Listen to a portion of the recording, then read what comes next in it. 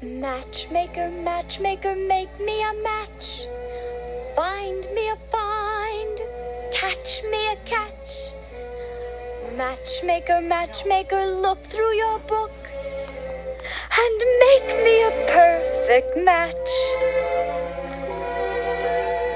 Matchmaker, matchmaker, I'll bring the veil. You bring the groom, slender and pale.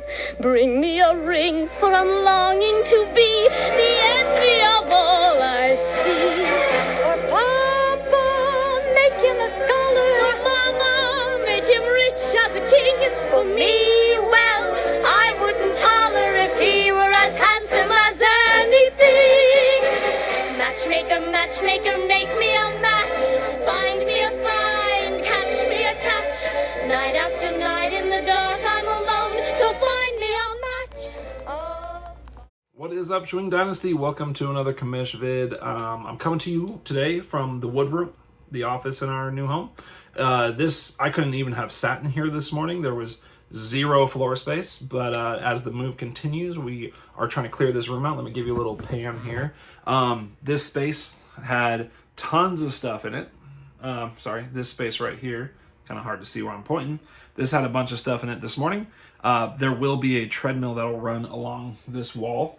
In a couple weeks, we've ordered the treadmill. It's on its way.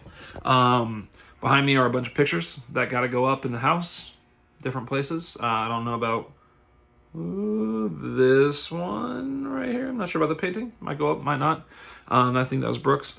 Then we got a little window out here. We got a table full of stuff. This is what we're dealing with in this house. I mean, just books and tapes. A lot of which has to go to our schools once we start. But that's the process. That's the moving in process we're at right now. This wood room, this office may become the temporary filming location of the Commish vids until the Swing World headquarters is set up in the garage. It will no longer be known as the garage. It will be known only as Swing World headquarters at that point. But as you can see, there's a bunch of stuff in this house, and the stuff in this house has to get organized and get out before we can unpack things that we brought back that we want in the house, or decide that they're going to storage, so that we can clear out the garage and clear out at least a space in the garage that is available to me. I was going to say mine. It is ours. It's my family's, but it's available to me, and it will become Swing World headquarters, and that will happen. But we're working on it. So for now, going to be in the wood room.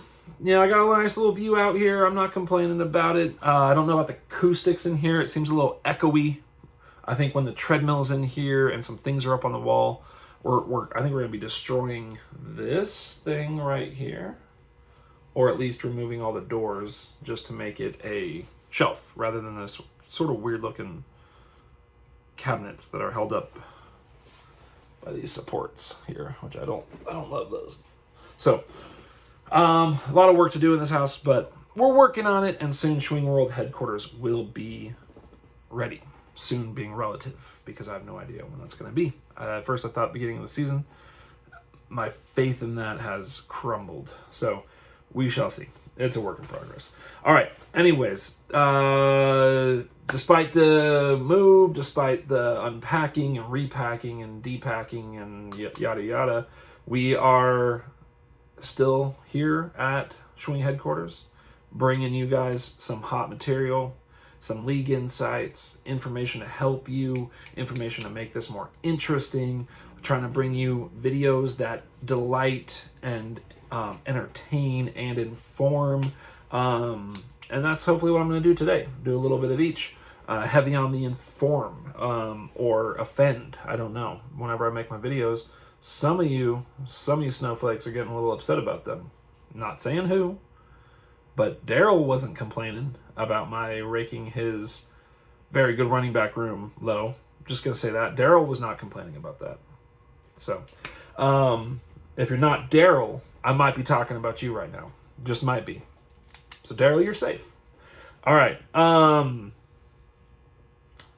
I imagine JD hasn't watched the video. Maybe he has, or else he might want to complain a little bit.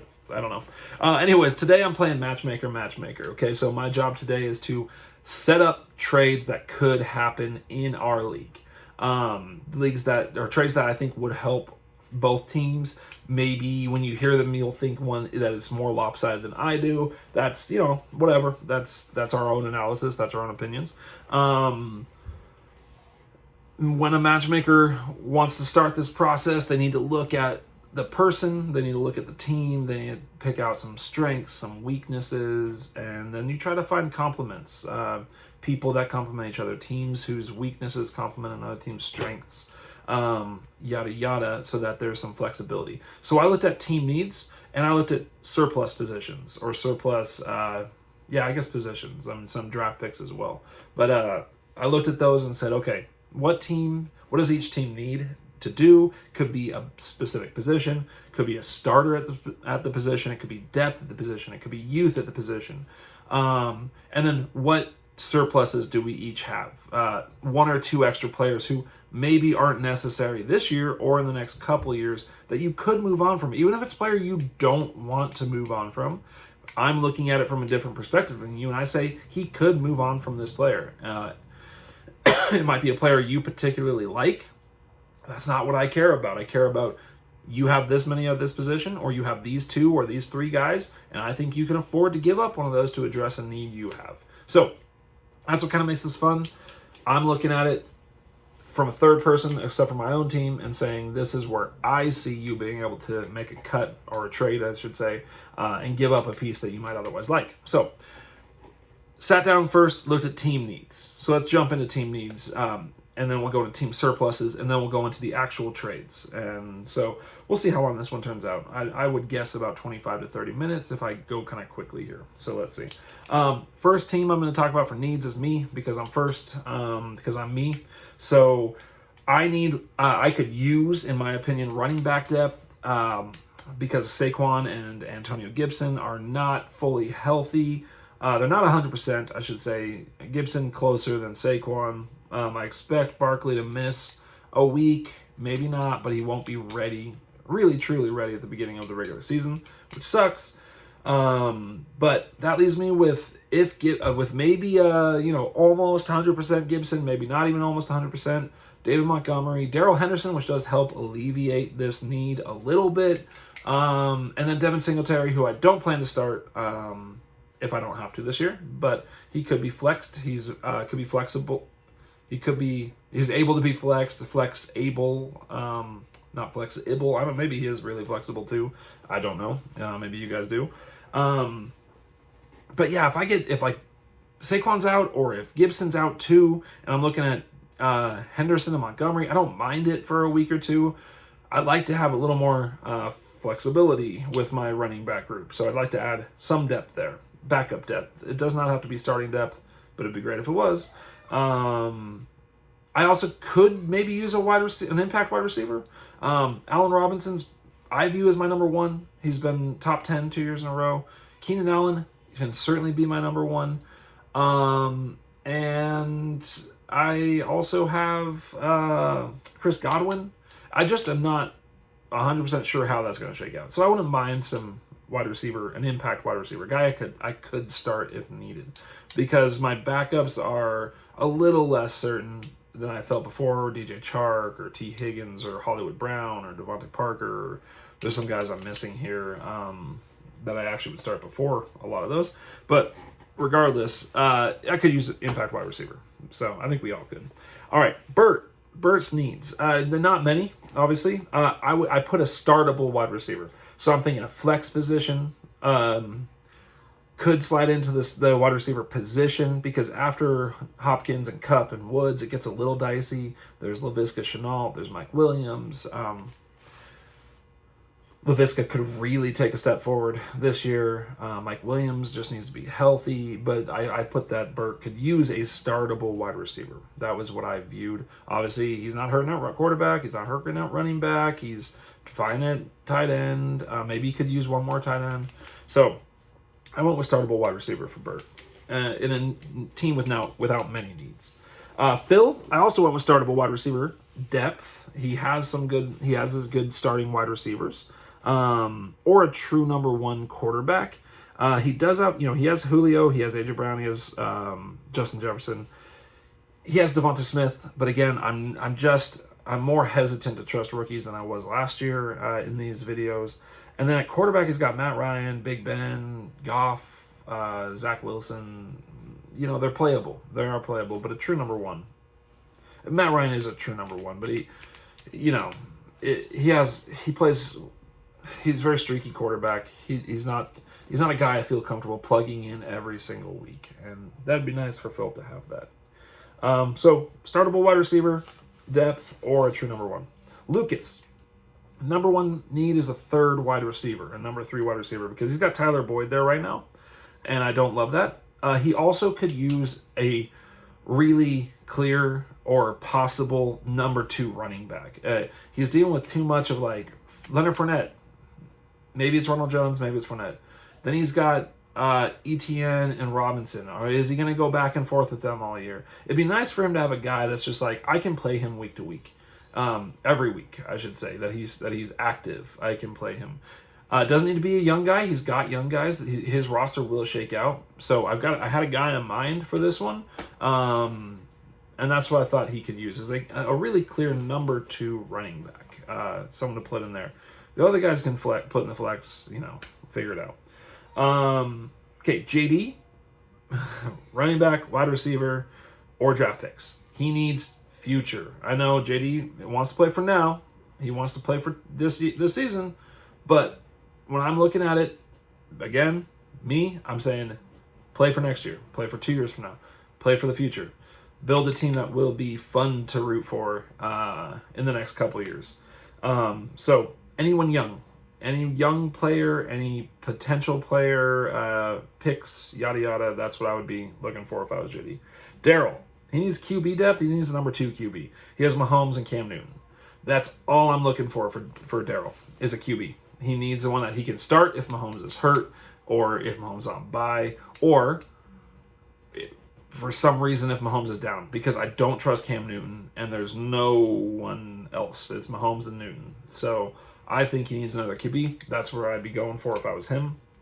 In a 1 quarterback league, it's not that necessary, but we don't have guys just sitting on the waiver wire to stream most of the time. Most of the QBs in this league are taken, so you can't just play a streaming game like you can in a redraft league. So I think he needs another quarterback. Mark could use an insurance running back, really. He's got Chris Carson. He's getting older. He does get injured. He's got Joe Mixon coming off an injury. He's got Josh Jacob. There's questions of what Kenyon Drake's role will be. So I thought he could use a playable insurance running back. Maybe not a star. Maybe that's not what he's going for. He doesn't want to give up enough to get that. But he could use another running back. He doesn't need it. Again, that's not a need in the truest sense. I'd be more comfortable with if I was him, if I had that extra guy. Also, he needs a wide receiver now. I had him ranked as the top wide receiver group, but now Michael Thomas is a big question mark. When is he coming back? So he could use a guy to fill in. It doesn't have to be a young future guy. It needs to be someone who might start the season with some good matchups, play for a while, an option, I guess is what I would say, while Michael Thomas is coming back, until Michael Thomas gets back, if Michael Thomas comes back at any point this season. Adam could use number 1 QB. Adam ranked as the lowest QB room in the last video. He's got Tyrod Taylor, he's got the Denver duo, he's got Daniel Jones, and he's got Trey Lance, again, on his taxi squad. So it would be nice, I think, if he could leave Trey Lance either on the taxi squad or bring him in as his number 2, because we don't know when he's going to play. We don't know what's going to look like when he plays. I think he could be awesome. I want him to be awesome. He's a Niner. But it would be nice for him not to say, my starter is Tyrod Taylor or Daniel Jones. So he needs number 1 QB. He could use depth wide receivers too, behind CD and Brandon Ayuk and Galladay. He could use some wide receiver depth. So, but number 1 thing for me is he needs a number 1 QB. Obviously, running back would be good, but I think he can sneak by with what he has right now. David Johnson, Zeke, maybe not long-term solutions, but they can play 1 and 2 this year. They could be a number 1 and number 2. And he's got James Conner. Could be a good piece to trade. We're going to get into that. Those are surplus things that are in the next page. Steve also could use a number 1 QB with Deshaun up in the air. Who knows? Or a young running back for the future. He's got Derrick Henry. He's got Austin Eckler. He is okay for this year as long as there's not injuries. But his backup running backs do not inspire any excitement. I saw he cut some with it. Justin Jackson gone. I think he has Malcolm Brown on there still. He could play a fair share for Miami this year. Daryl's hoping not as the Gaskin manager, but he could use a young running back to start looking at next year or the year beyond. Maybe a guy who's not going to start this year. Just a little sneak peek there. Maybe a guy who's not going to start or potentially play too much this year, but Steve's position roster is already pretty good, so he can look ahead. So that's just what it is. All right, now that's all the team needs. Okay, here's the team surpluses. This won't take as long. For me, I have a surplus of QBs. I do have a surplus of wide receiver depth, and I have somewhat of a surplus of draft picks. I got some draft picks and trades. Bert, a definite surplus of running back. Probably won't be able to play all of them.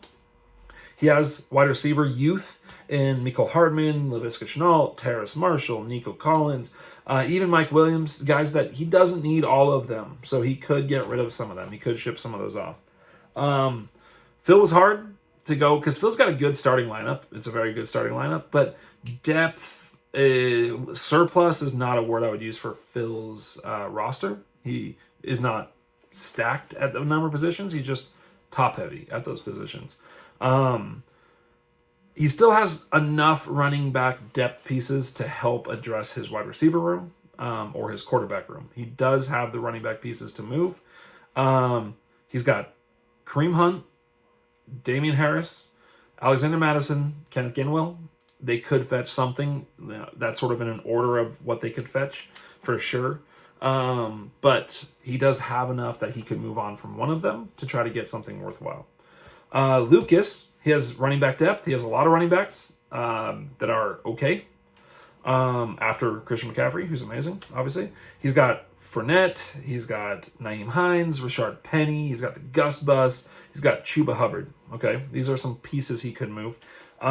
He's got young wide receivers in Ruggs, Atwell, and Rondell Moore. I don't think he needs all 3 of them since his other wide receivers, Mike Evans and Calvin Ridley, are not that old. They are also relatively young. They have years left. So he could give up one of those young receivers to help his starting lineup if it played out that way.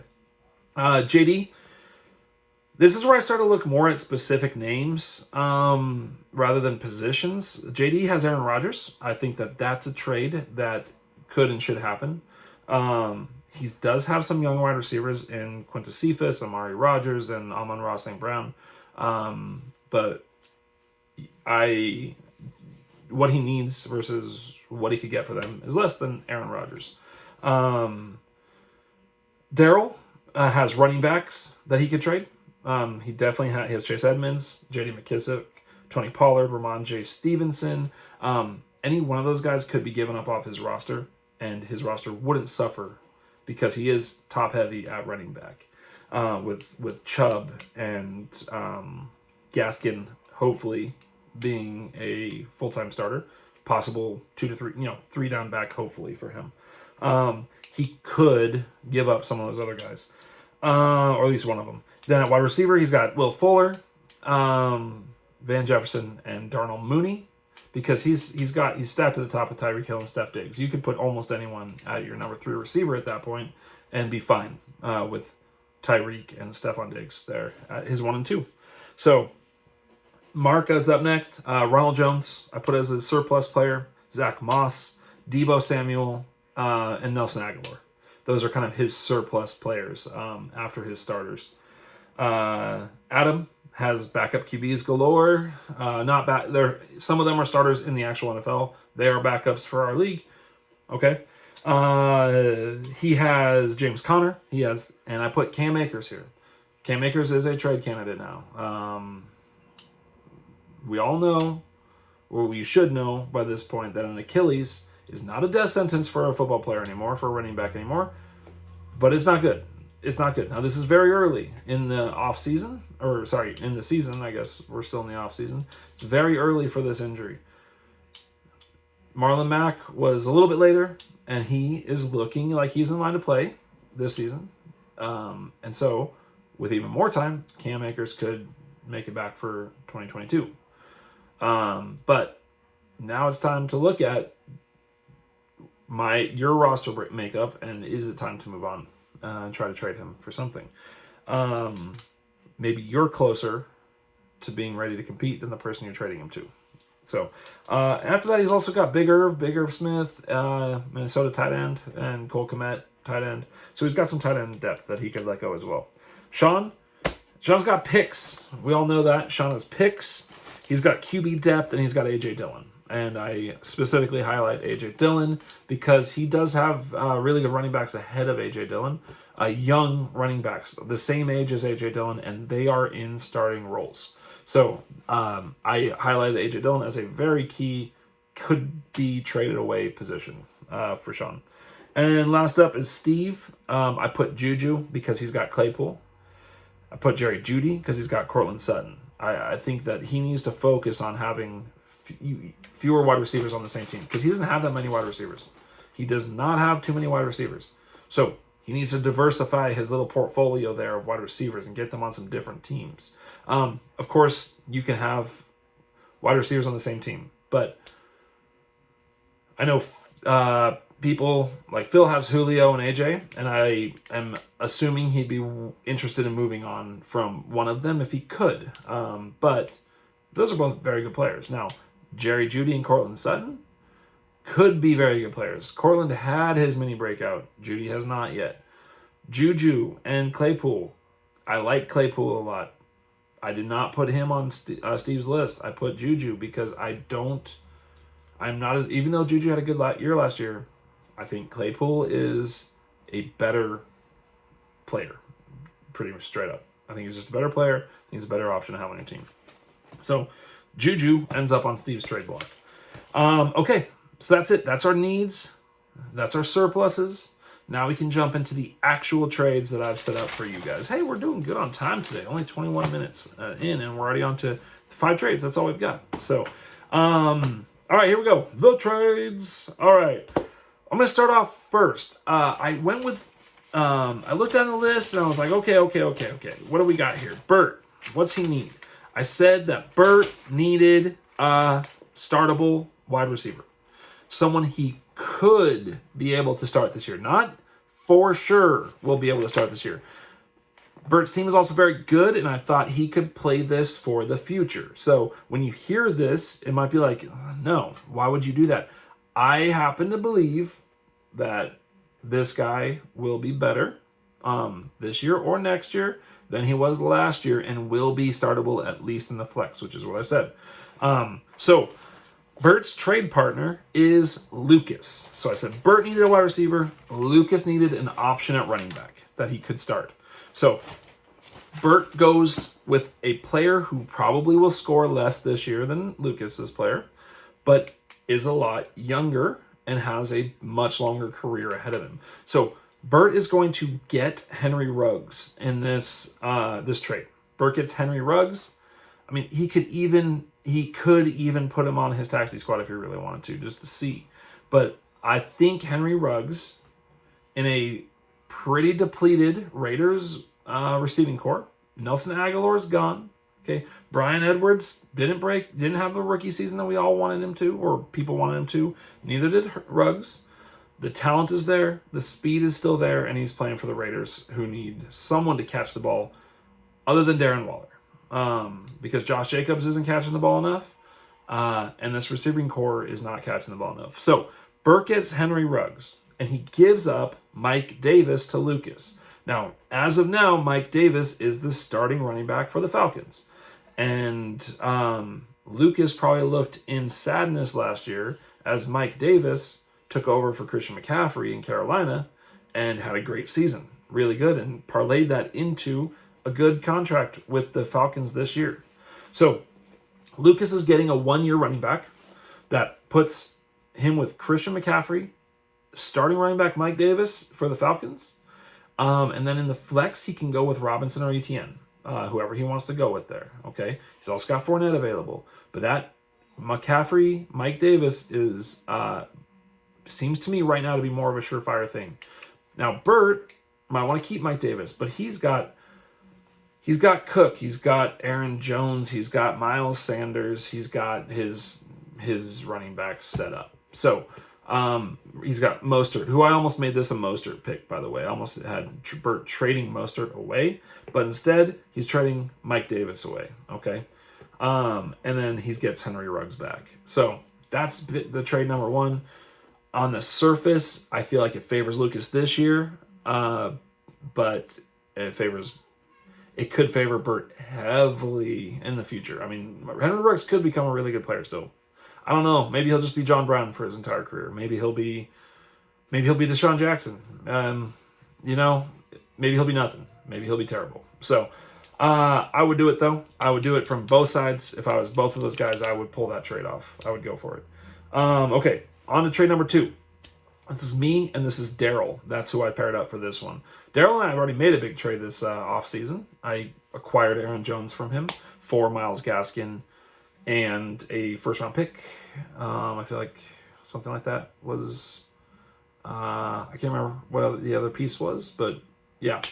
It was something along those lines. And then I parlayed that into a trade with Bert for Antonio Gibson, David Montgomery, and some seconds. So Daryl and I already have a trade history together. Daryl needed a quarterback. I wanted running back depth. Now, this was really hard to line up because I know who I want to give Daryl. I wanted to give him Jalen Hurts. Daryl's a Philly guy. Hurts is the Philly QB. I like Jalen Hurts a lot. I'm not looking to trade that guy. I don't, if it was the right offer, for sure. But I'm not going to trade it for cheap. Neither of these trades are like, yay to me. I did it because I wanted to find something that could work. So in this trade, Daryl gets Jalen Hurts. I get Chase Edmonds. Now, depending on who you are, you might say that's awfully one-sided, and it could be to either side. And I don't know how. I know Sean not a believer in Jalen Hurts. I don't know what Sean thinks about Chase Edmonds. I don't know what I think about Chase Edmonds. Maybe I would take him for this trade. Maybe. It's hard for me. There's a backup option, though, and that's Daryl gets Jalen Hurts. I get J.D. McKissick and Will Fuller. That's still a hard sell for me, but McKissick backing up Antonio Gibson, some insurance for me. Will Fuller, I think, could be great, but he's in a crowded-ass wide receiving core down in Miami. Who knows how that's going to shake out. It's an option for me, though. I'm only doing this, I would much rather this be Justin Fields, or I'd much rather it be Jameis Winston, who could end up being a point producer, but I don't know. But in this case, it's Daryl. He's from Philly, so I'm focusing on Jalen Hurts. I kind of wish my side was stronger. You guys might be thinking my side is already strong. I don't know. So that's where we're at. That's one I could put together, or two, Chase Edmonds for Hurts or McKissick Fuller for Hurts. I don't know. They're both interesting to me, at least. Okay. Next trade is between Adam and JD. So two guys sort of at the lower parts of the league right now, and obviously dealing with their own issues. Adam with the Akers news. In this case, like I said before, JD gives up Aaron Rodgers. Rodgers is not young, and who knows if he will even play this season. So JD might be like, I'm not giving up Aaron Rodgers, and I get that. But he's got Lamar Jackson, and he's got Joe Burrow. Now, that's only two other people on the roster. So Adam's going to send back Daniel Jones in this trade. So Aaron Rodgers, JD gets Daniel Jones. JD also gets Cam Akers. This is a future move. This is JD gambling on Cam Akers coming back next year. He gets Daniel Jones this year as a depth quarterback, but he's got Lamar. He's got Joe Burrow.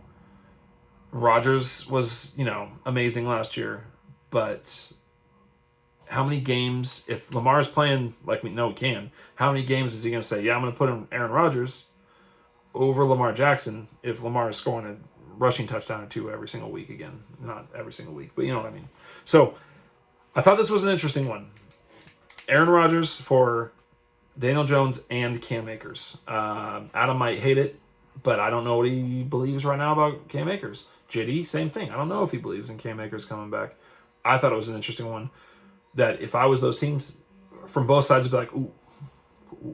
It gives Adam, if Rodgers plays, they're both taking a gamble here on this.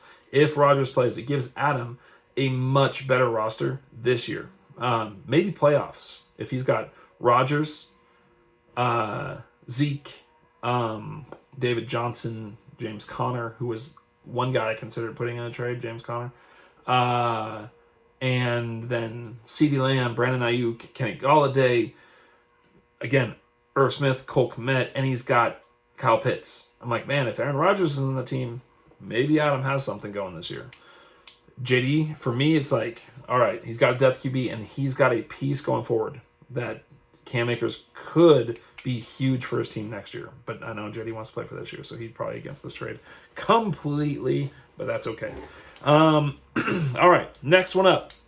This was a tough one to pair too, because Sean has weird expectations about his players.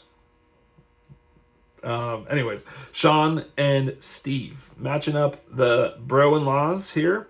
So this was a heartstrings one. Okay, Sean gets Jerry Jeudy. So Steve gives up Jerry Jeudy. Sean gets him. This is somewhat of a prospective pick. It's a hopeful pick. It's an unknown pick. Sean gets Jerry Jeudy. Gets that wide receiver depth that I think he needs, that because I think Jerry Jeudy will have a better year this year. But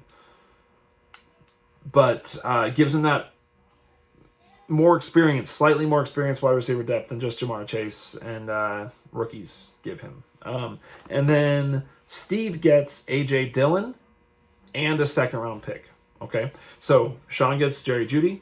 Steve gets A.J. Dillon, who will do not much for him this year, probably.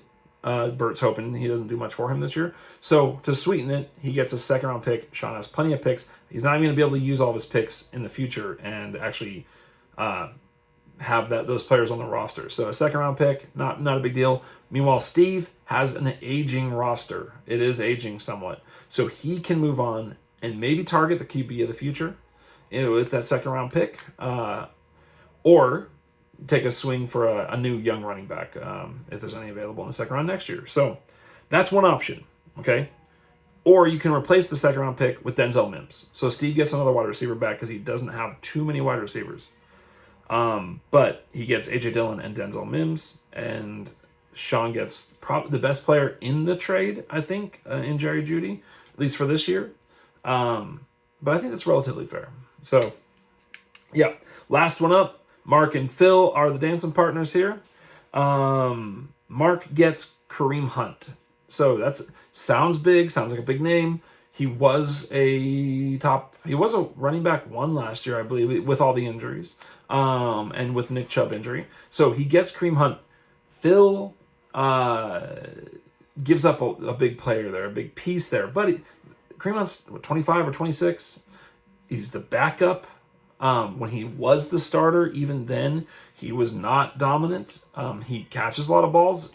He's the kind of guy you like the whole game. You're like, Kareem Hunt is 0 points. And then the fourth quarter, all of a sudden, he catches a touchdown. It seemed like it happened constantly. Mark could use a player like that doesn't have to start. It does not have to start, but he could flex him. He could put him in the flex. It could be a backup running back in case Chris Carson goes down, Joe Mixon goes down again. Josh Jacobs isn't getting the work he needs. Kenyon Drake takes on more of a big role. So Mark gets Kareem Hunt. In return, Phil gets Deebo Samuel and Corey Davis. Now, those two pieces do not equal a starter Kareem Hunt. I know that. But those two pieces should play. They should be key contributors on their team, starters on their teams. Phil needs wide receiver depth. After his top three, it's very limited. Running back, he has the players he can put in there. He does not need Kareem Hunt. So, Deebo Samuel, it depends on what you believe about him, because he's the key piece here. When he came back last year, He had been injured. When he came back, he caught 12 targets and 9 targets in consecutive games before he got hurt again. 12 targets, 9 targets. He's still something that they want to use a lot in San Francisco. Plus, you get Corey Davis, an experienced wide receiver. Kind of had a breakout year last year, finally. Should be a good guy in New York. He should be a dude there. There's a couple other players that Mark could include other than Corey Davis. Nelson Aguilar would be an attractive one if it was me. But I think those 2 wide receivers, having that depth, helps Phil more than Kareem Hunt on his team. So that's it. That's my trades. That's the Matchmaker show for this year. Just like last year, doubt any of you guys are going to use these and actually go make a trade based on them. But if you do, just remember who to give credit to. This guy, okay? The Commish. Lord of the Swings here. So, all right, guys. Thanks for watching. I really do appreciate that when you guys watch these shows. I enjoy making them. And again, I just hope it brings something extra to our league and to the enjoyment of our league. So, thanks a lot for watching. And I will see you guys next time. Bye-bye.